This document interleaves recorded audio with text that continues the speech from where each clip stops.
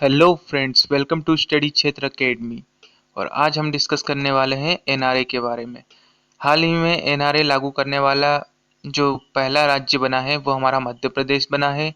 CM Shivraj Singh Chauhan ने NRA को हरी झंडी दे दी है और सीएम शिवराज सिंह चौहान ने एनआरए का स्वागत किया है। उन्होंने कुछ शब्द भी कहे, वो मैं आपको पढ़ के बताता हूँ। नेशनल रिक्रूटमेंट एजेंसी के गठन से देश के गांव और दूर-दराज क्षेत्रों में रहने वाले युवाओं, बेटियों और दिव्यांगों को परीक्षा के लिए निरर्थ भागदौड़ और अनावश्यक धन के व्यय से मुक्ति मिलेगी। इस क्रांतिकारी निर्णय के लिए यशस्वी प्रधानमंत्री जी का मैं अभिनंदन करता हूँ। चलिए हम जानते हैं कि हम इस वीडियो में क्या-क्या इन्फॉर्मेशन मिलने वाली है।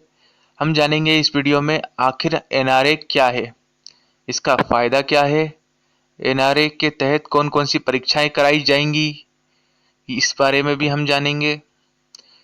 क्या राज्यों की एजेंसियों के अंतर्गत होने वाली परीक्षाएं भी इसमें शामिल होंगी, इस बात की भी हम समीक्षा करेंगे। एनआरए के एनआरई एनआरए सीईटी परीक्षा के लिए योग्यता क्या होनी चाहिए और इसका सिलेबस क्या होगा, इस बारे में भी हम डिस्कशन करेंगे। सीईटी का स्कोर कितने साल तक मान्य हो रहेगा, इस परीक्षा को कितनी बार दे सकते हैं, इन सभी बातों का भी डिस्कशन करेंगे। सीईटी परीक्षा कितनी भाषाओं में होगी और यह परीक्षा साल में कितनी बार होगी और इसे इसमें आवेदन के लिए क्या आयु सीमा होगी, इन बातों का भी डिस्कशन करेंगे। सरकारी नौकरियों के लिए चयन की प्रक्रिया क्या रहेगी, इन बातों का भी हम देखेंगे। तो चलिए हम बढ़ते हैं हमारी वीडियो में हमारे टॉपिक की ओर। आखिर एनआरए क्या है? देश में अब सरकारी नौकरी के लिए अलग-अलग फॉर्म भरने या ढेर सारी परीक्षाओं की जरूरत नहीं होगी। केंद्र सरकार ने बुधवार को बड़ा ऐलान करते हुए देश में एक देश एक भर्ती परीक्षा में मंजूरी दे दी है। नेशनल रिक्रूटमेंट एजेंसी एनआरए के गठन के साथ ही अलग-अलग विभागों के लिए आपको अलग-अलग परीक्षा नहीं देनी होगी। एक ही परीक्षा के अंकों के आधार पर आप आवेदन कर सकेंगे। चलिए हम आगे बढ़ते हैं, हम देख लेते हैं इसका फ़ायदा क्या है और इसका फ़ायदा क्या होगा हमें। केंद्र सरकार ने नेशनल रिक्रूटमेंट एजेंसी यानी एनआरए का गठन किया है, जिसमें आरआरबी, आईबीपीएस और एसएससी का विलय कर दिया जाएगा। एनआरए सामान्य योग्यता परीक्षा यानी सीईटी का आयोजन कराएगा। सीईटी परीक्षा केंद्र सरकार की नौकरियों के सभी ग्रुप बी और ग्रुप सी पदों के लिए इकलौती प्रवेश परीक्षा होगी। आगे बढ़ते हैं हमारे वीडियो में। एनआरए के तहत कौन-कौन सी परीक्षा कराई जाएंगी, तो स्टाफ सिलेक्शन कमीशन यानी एसएससी, रेलवे भर्ती बोर्ड यानी आरआरबी और institute of banking personal selection यानी आईबीपीएस द्वारा गैर तकनीकी पदों के लिए कराई जाने वाली सभी परीक्षाएं अब एनआरए कराएगा। आगे चलकर केंद्र की सभी परीक्षाएं इसमें जुड़ जाएंगी। क्या राज्यों की एजेंसियों के अंतर्गत होने वाली परीक्षाएं भी इसमें शामिल होंगी? वर्तमान में सीईटी स्कोर सिर्फ 3 एजेंसियों तक ही सीमित होगा, मगर सीईटी का स्कोर न सिर्फ राज्यों बल्कि केंद्र व निजी क्षेत्र की भर्ती एजेंसियों के साथ भी इस स्कोर को साझा किया जाएगा। ठीक है फ्रेंड्स, हम हमारे अगला देखते हैं। तो एनआरए की सीईटी परीक्षा के लिए क्या योग्यताएं होनी चाहिए और इसका सिलेबस क्या होगा, इन बातों को जानते हैं हम। तो इनके बारे में देखें तो अलग-अलग शैक्षणिक योग्यताओं के लिए अलग सीईटी परीक्षा आयोजित होगी। अभी 3 स्तर पर परीक्षा आयोजित होगी, 10वीं, 12वीं और ग्रेजुएट स्तर के लिए।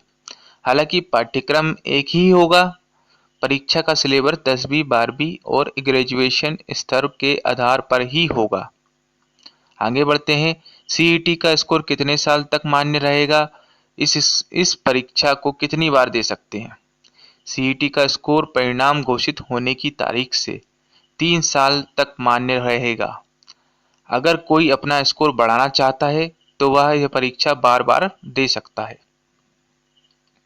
सीईटी परीक्षा कितनी भाषाओं में होगी और यह परीक्षा साल में कितनी बार होगी, इसमें हम आवेदन के लिए आयु सीमा क्या चाहिए, तो हम जानते हैं इस सीईटी की परीक्षा कई भाषाओं में होगी। केंद्र सरकार मुताबिक केंद्र सरकार के मुताबिक यह परीक्षा 12 भाषाओं में होगी। इस परीक्षा का आयोजन साल में 2 बार किया जाएगा। इसके लिए न्यूनतम आयु 18 वर्ष होगी।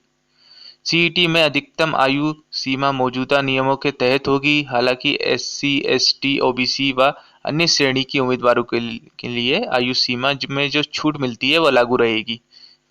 आगे बढ़ते हैं हमारे आगे देखें तो हम सरकारी नौकरी के लिए चयन की प्रक्रिया क्या रहेगी।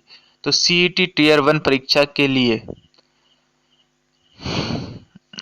सीईटी टीयर 1 परीक्षा करा है। इसके तहत उम्मीदवार की स्क्रीनिंग या शॉर्ट लिस्टिंग मतलब छांटनी की जाएगी।